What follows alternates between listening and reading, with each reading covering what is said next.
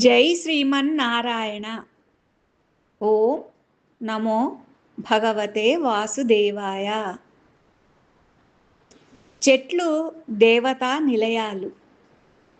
మన దేశంలో చెట్లను దేవతా స్వరూపాలుగా భావించి మనం పూజలు కూడా చేస్తుంటాం.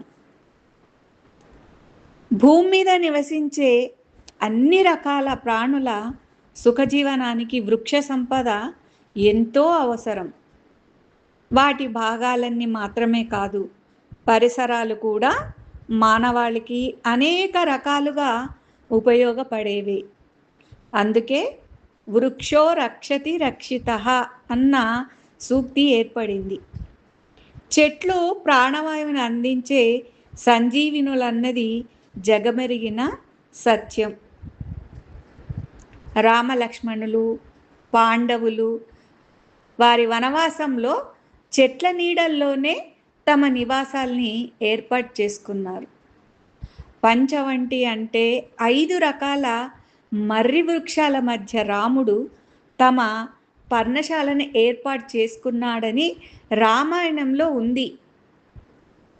ఉపవాసం ఉన్న రోజు కొంతమంది మర్రి చెట్టును పూజిస్తారు కూడా.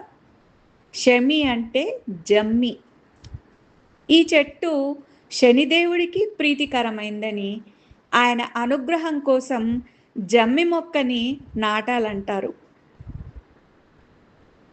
జమ్మిని పూజించిన తర్వాత ఏ పని తలపెట్టినా విజయం కలుగుతుందని నమ్ముతారు.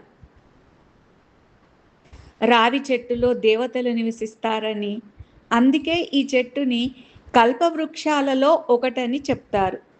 బృహత్ సంహిత, బ్రహ్మపురాణం, తైత్తిరీయోపనిషత్ లాంటి వాటిలోనూ బౌద్ధ రచనలలోనూ జ్ఞాన ఛత్రంగా పిలిచే బోధి వృక్షం అంటే రావి చెట్టు ప్రస్తావన ఉంది.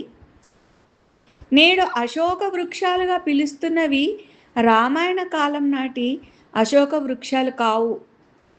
అశోక అంటే శోకం లేని మానసికోల్లాసం కలిగించేదని అర్థం.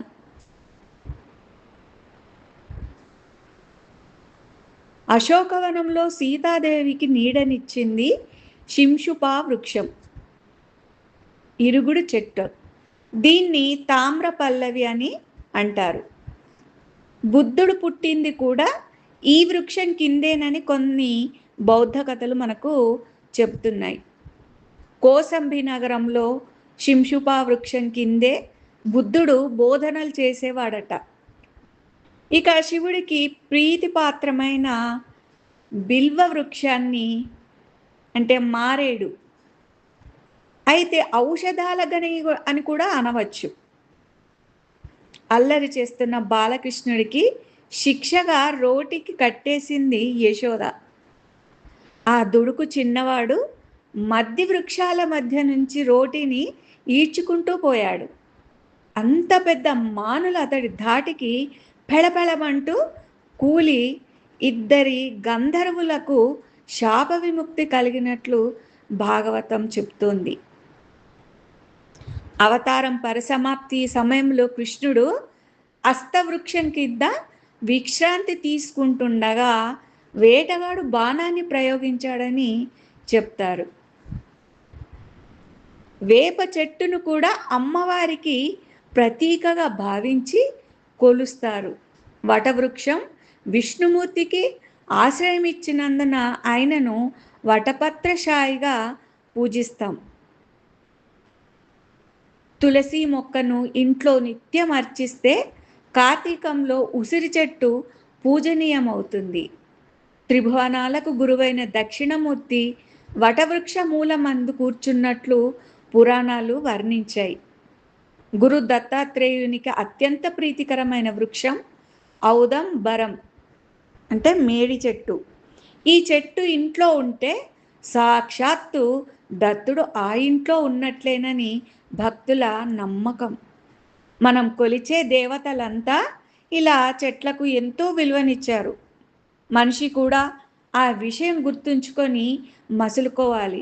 ఈ ప్రకృతిని మనం కాపాడుకోవాలి, మన బాధ్యత.